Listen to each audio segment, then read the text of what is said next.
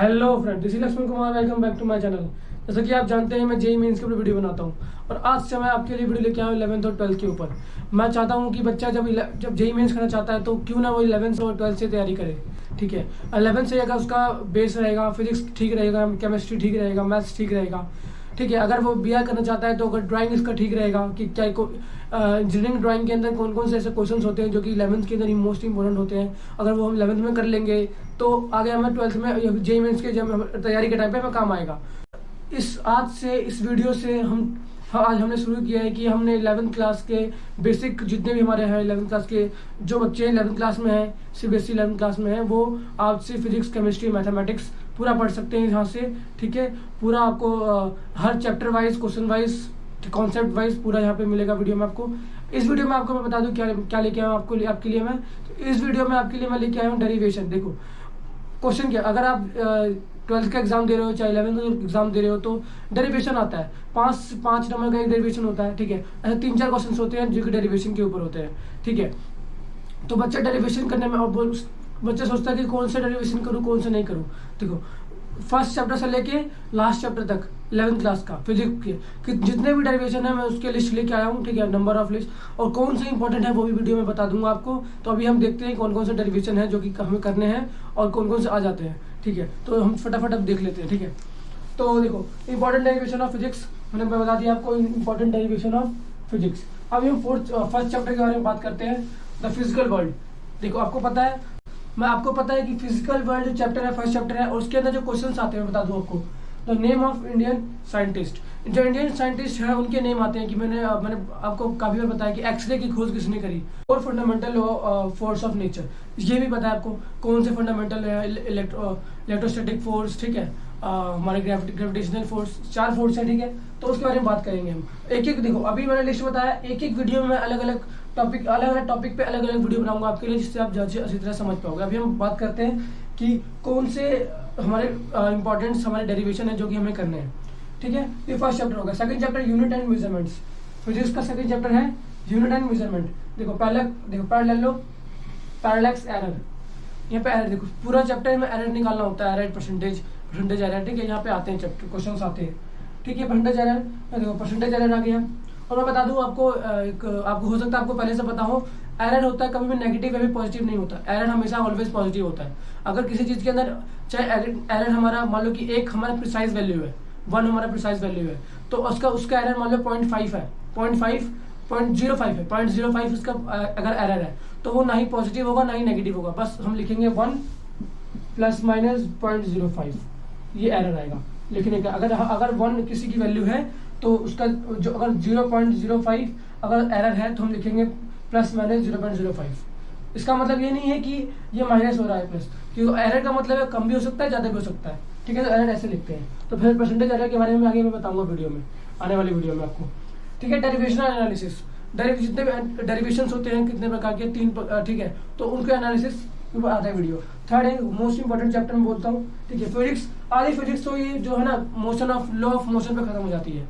ठीक है, तो देखो motion in a straight line, motion 1D के अंदर अगर हम मोशन करेंगे तो क्या क्या आता है, relative velocity and application.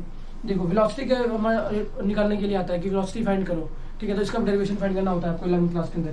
Derivational देखो यहाँ पे derivation of 3 equation of motion, motion के 3 इक्वेशन है, आपको तीनों फाइंड करने होंगे। ठीक है, numerical and equation of motion. देखो मैं बता दूं आपको, अभी 11th क्लास में हो, अगर आपने 10 से अगर जैसे ही आप 11th में आए हो तो 11th का जो सिलेबस है, मैं आपको डरा नहीं रहा हूँ, 11th का जो सिलेबस है बहुत ज़्यादा वाइड है एज कम्पेयर टू 10th। मतलब 10th का बच्चा को जैसे ही वो 11th में आता है तो उसको लगता है कि नहीं 11th बहुत हार्ड हो जाता है, मतलब 10th तो मतलब लेवल में ही नहीं है अगर 11th की कंपेरिजन किया जाए तो ऐसा। ठीक है, तो न्यूमेरिकल्स आते हैं, ठीक है, डेरिवेशन आते हैं, तो मोशन के बारे में बात करेंगे। अभी जो थर्ड चैप्टर हो गया, हम बात करते हैं फोर्थ चैप्टर के बारे में, मोशन इन अ प्लेन के अंदर मोशन हो तो कौन कौन से डेरिवेशन, कौन कौन से क्वेश्चन सबके आते हैं। वेक्टर एडिशन, देखो वेक्टर एडिशन आपको पता होगा। ठीक है, अगर वेक्टर एडिशन है 2 है, अगर 2 पैरेलल वेक्टर है सेम डायरेक्शन में तो ऐड हो जाते हैं, अगर अपोजिट डायरेक्शन में है तो सब्ट्रैक्ट हो जाते हैं। ठीक है, तो ये मैं आगे बात करूंगा। ठीक है, वेक्टर हमारे जिसमें डायरेक्शन होता है, ठीक है, हमारा स्केलर जिसमें डायरेक्शन नहीं होता है, सिर्फ मैग्नीट्यूड होता है। तो आगे हम इसके बारे में बात करेंगे। Vector addition, subtraction, dot product, cross product. ठीक है, सेकेंड है हमारा पैरेललोग्राम लॉ। पैरेललोग्राम लॉ से हमें फाइंड करना होता है कि ठीक हो, हमें पैरेललोग्राम लॉ से फाइंड करना होता है, ठीक है, डेरिवेशन फाइंड करना होता है। तो देखो ट्रायंगुलर लॉ ऑफ वेक्टर पूरा देखो, मोशन ऑन प्लेन के अंदर आपको फाइंड करना होगा। अगर देखो प्लेन का मतलब क्या है, एक्स और वाई हमारे एक्सिस हो गए, दोनों के ही डेरिवेशन फाइंड करने होंगे। सेंट्रीफ्यूगल फोर्स क्या होता है, उसका डेरिवेशन फाइंड करना होता है, वो भी फाइंड कर सकते हो, ठीक है। तो ये इंपॉर्टेंट डेरिवेशंस हैं जो कि आते हैं एग्जाम में, ठीक है। तो लॉज ऑफ मोशन के बारे में बात करते हैं। Laws of motion 5th chapter है हमारा, ठीक है। First second third law of motion, ठीक है। इसके डेरिवेशन फाइंड करने होते हैं। फर्स्ट लॉ का डेरिवेशन, सेकंड लॉ का डेरिवेशन, थर्ड लॉ का डेरिवेशन फाइंड करना होता है, ठीक है। अब देखो हम डेरिवेशन के बारे में बात कर रहे हैं, तो हमें ये हर डेरिवेशन 5 मार्क्स का आता है, हर डेरिवेशन। और अगर उनको या फिर डेरिवेशन 5 मार्क्स का ना हो, छोटा डेरिवेशन है, तो क्या करेंगे, वो 3 मार्क्स का डेरिवेशन देंगे और 2 मार्क्स का देंगे, न्यूमेरिकल दे देंगे। तो ऐसा होता है, ठीक है। The derivation of the first and third law of motion using the second law. देखो फर्स्ट और थर्ड लॉ का मोशन जो हमारा डेरिवेशन है वो थर्ड सेकंड लॉ से हम फाइंड कर सकते हैं, ठीक है। तो अब देखो हमारा जो है सेकंड लास्ट जो है रिकॉइल ऑफ गन। जब गन से हम फायर करते हैं तो on the tension and free body diagram, ठीक है। और जितने भी आपको देखो अगर आपको बनाना होगा, मान लो कि बॉडी फॉल हो रही है नीचे से, ठीक है, फ्री फॉल हो रही है, तो अगर आपको ग्रेविटी फाइंड करनी हो, ठीक है, तो फ्री बॉडी डायग्राम बनाना होता है। फ्रेंड्स हम 5th चैप्टर के बारे में बात कर रहे हैं, फ्रिक्शनल फोर्स ऑफ न्यूमेरिकल। देखो फ्रिक्शनल फोर्स ऑफ न्यूमेरिकल जो हमारे हैं, फ्रिक्शनल फोर्स के numericals plus derivation,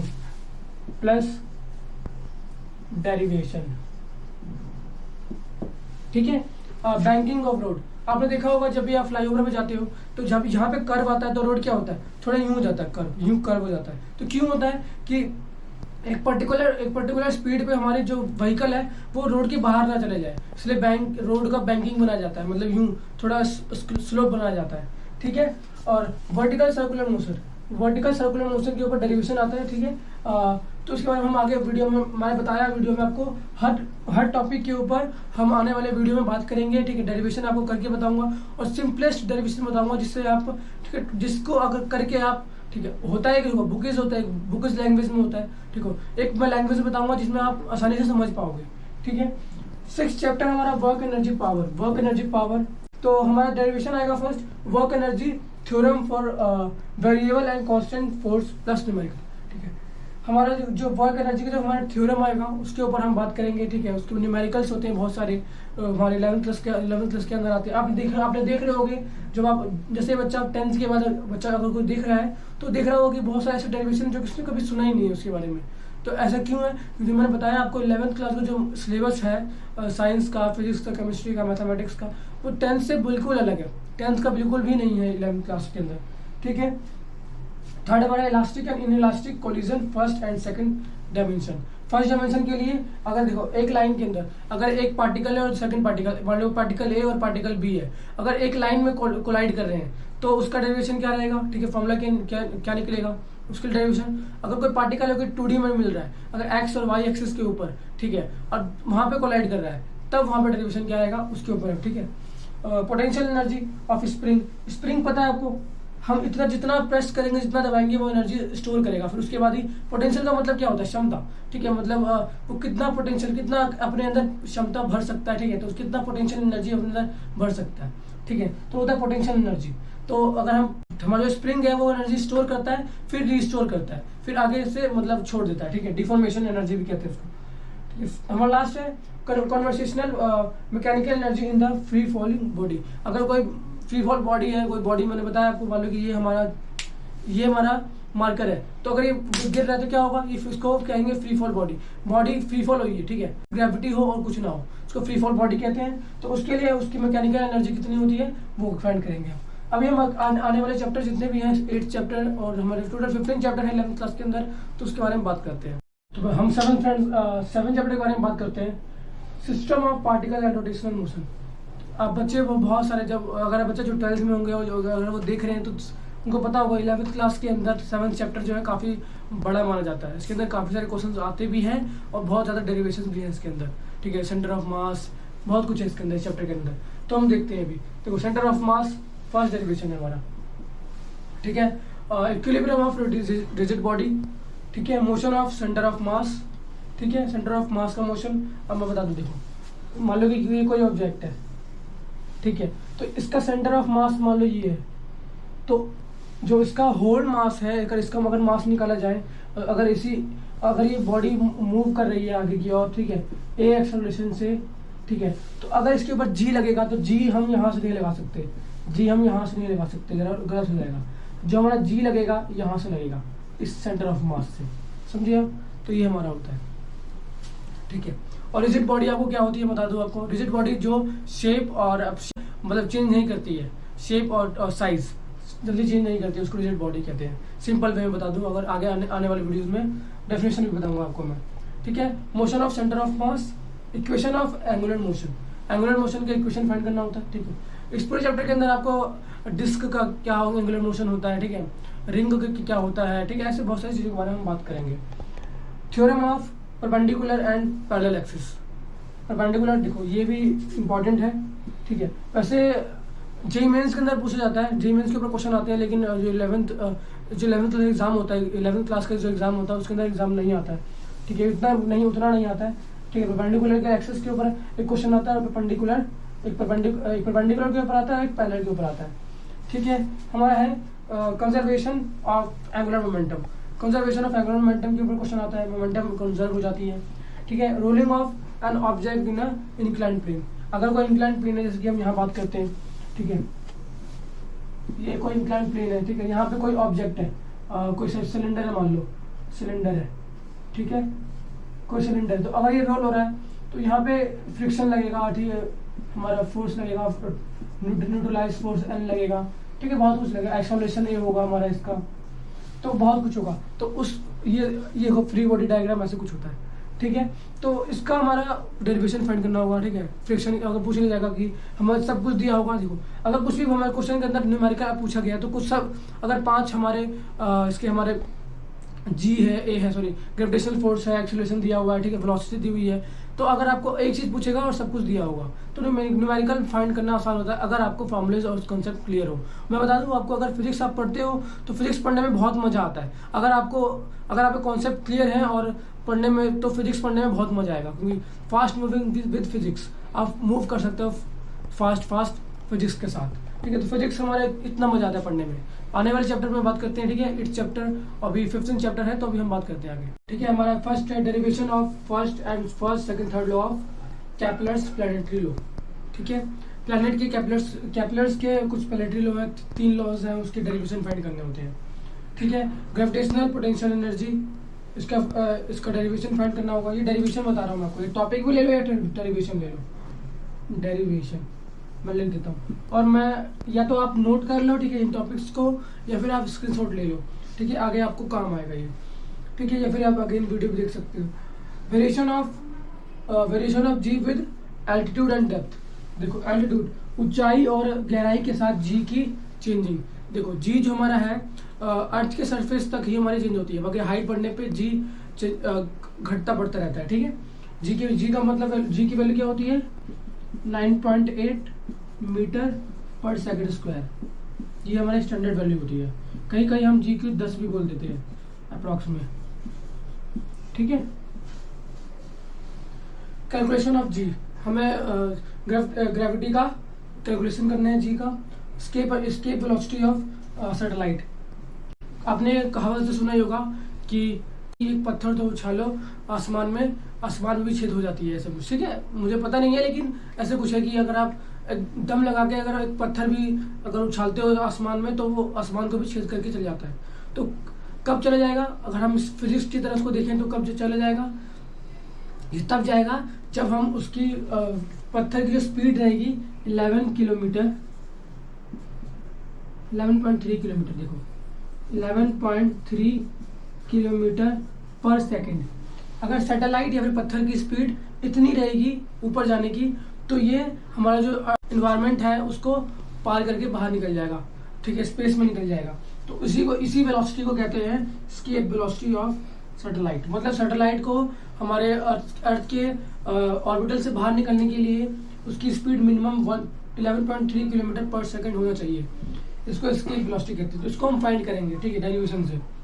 height of Jio stationery satellites, Jio stationery satellite क्या होते हैं मैं बता दूं आपको, देखो हमारा जो अर्थ है, अर्थ हमारे एक्सिस पे राउंड करता है, तो उस अर्थ जो हमारा स्पीड है अर्थ का एक्सिस पर, उस सेम स्पीड से हमारा सैटेलाइट भी मूव करेगा। ठीक है, मान लो कि फॉर एग्जांपल देखो ये हमारा अर्थ है, ठीक है, ये हमारा अर्थ है और ये सैटेलाइट है, तो इसकी स्पीड मान लो कि v है, ठीक है, v किलोमीटर पर सेकंड, और इसकी स्पीड v है किलोमीटर पर सेकंड। तो इस सैटेलाइट को बोलेंगे जियो स्टेशनरी सैटेलाइट। तो इसकी हाइट क्या रहेगी यहाँ से अर्थ से, ठीक है, ये है अर्थ, ठीक है, और ये सैटेलाइट। तो क्या सैटेलाइट की हाइट रहेगी, तो वो फाइंड करना रहेगा, height of Jio stationery satellite. तो हम डेरिवेशन से फाइंड करेंगे। अब हम बात करते हैं 9th chapter mechanical property of solid. Mechanical property of solid के बारे में बात करते हैं। देखो first young and bulk modulus, ठीक है, इसके हम सबसे पहले हम यंग मॉडुलस और बल्क मॉडुलस का हम डेरिवेशन फाइंड करेंगे, फिर उसके बाद कुछ न्यूमेरिकल करेंगे। ठीक है, स्ट्रेस वर्सेस स्ट्रेन। स्ट्रेस क्या होता है, स्ट्रेन क्या होता है, आगे आने वाले वीडियोस में बात करेंगे। और इसके ऊपर क्वेश्चन पूछ लिया भी जाता है।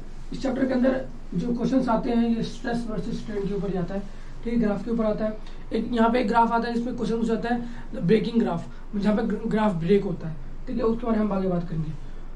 पोजीशन एंड रेशियो, ठीक है, इलास्टिक पोटेंशियल एनर्जी, ठीक है, पोटेंशियल एनर्जी। और 10th चैप्टर है हमारा मैकेनिकल प्रॉपर्टी ऑफ फ्लूइड। कुछ मैकेनिकल प्रॉपर्टी ऑफ फ्लूइड होते हैं, देखेंगे पास्कल्स लॉ आपको पता है। ठीक है, टॉरिकली एक्सपेरिमेंट, एक्सेंट formula, terminal velocity, rate of flow क्या होता है, ठीक, surface tension, surface energy, Bernoulli's theorem या बाउलिस प्रिंसिपल बोल सकते हो आप। ये तो आपको पता हो, ये बहुत इंपॉर्टेंट है, आ भी जाता है ये। ठीक है, काफ़ी बार ये 11th क्लास के हमारे बेसिक एग्जाम के अंदर आ चुका है बाउलिस थ्योरम, बाउलिस फॉर्मूला। ठीक है, जिसके अंदर बता दूं मैं आपको, ठीक है, कुछ ऐसा होता है, डायग्राम होता है। ठीक है, बाकी आगे हम आपके इसके बारे में बात करेंगे तो अच्छी तरह से बता पाएंगे। तो यहाँ पे जो स्पीड रहती है वाटर की और यहाँ पे क्या स्पीड रहती है, तो बाउलिस प्रिंसिपल से हम बात निकालते हैं उसको। ठीक है, इक्वेशन ऑफ कंटिन्यूटी भी हम इस चैप्टर के अंदर है, मोस्ट इंपॉर्टेंट है। स्टोक्स लॉ, ठीक है, इंपॉर्टेंट है। ठीक है, मतलब ये क्या है, ये सारे के सारे इस चैप्टर के अंदर, देखो 10th चैप्टर के अंदर कुछ 1 2 3 4 5 6 तो 10 टॉपिक्स हैं। तो 10 टॉपिक्स हैं, 2-3 टॉपिक इंपॉर्टेंट है। ठीक है, तो हम हर वीडियो में एक टॉपिक आने वाले वीडियो में हम कवर करेंगे और ट्राई करेंगे कि आपको अच्छी तरह से समझा सके। ठीक है, अभी और चैप्टर्स हैं उसके बारे में बात करते हैं। थर्मल प्रॉपर्टी ऑफ मैटर के बारे में बात करते हैं, 11th चैप्टर हमारा। ठीक है, thermal expansion and the numerical.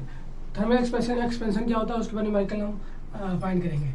Numerical of conduction, numerical on conduction के ऊपर हम न्यूमेरिकल फाइंड करेंगे, कुछ क्वेश्चन सॉल्व करेंगे। ठीक है, Newton's law of cooling, Newton law of cooling के ऊपर हम ठीक है डेरिवेशन करेंगे। ठीक है, और कैलोरीमीटर, इस चैप्टर के अंदर मोस्ट इंपॉर्टेंट जो टॉपिक है कैलोरीमीटर। अगर आप देख रहे हो तो ठीक, कैलोरीमीटर मोस्ट इंपॉर्टेंट टॉपिक है। ठीक है, इसके बारे में हम बात करेंगे। ठीक है, 12th चैप्टर जो कि हमारे, मैं बोलूँगा बहुत इंपॉर्टेंट चैप्टर है, इसलिए मैं बोलूँगा आपको वो थर्मोडायनेमिक्स जो चैप्टर है फिजिक्स के अंदर भी आता है और केमिस्ट्री के अंदर भी आता है।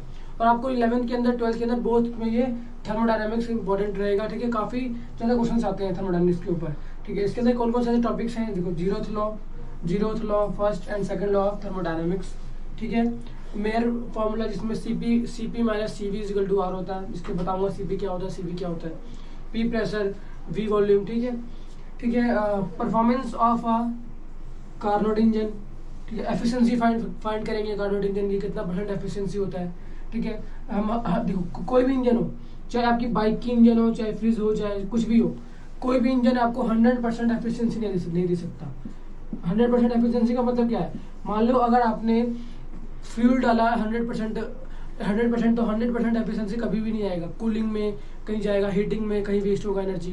कभी भी एनर्जी हमारा 100%, अगर हमने 100% कहीं दिया तो 100% हमारा आउटपुट नहीं मिलेगा किसी भी इंजन के कारण। वो कभी कूलिंग में हमारा वेस्ट होगा एनर्जी, कभी हमारा हीट में वेस्ट होगा। ठीक है, 100% एफिशिएंसी किसी भी इंजन की नहीं होती है। ठीक है, Carnot cycle plus Carnot theorem. Carnot cycle के बारे में पढ़ेंगे, उसके बाद कार्नोट थ्योरम के बारे में पढ़ेंगे।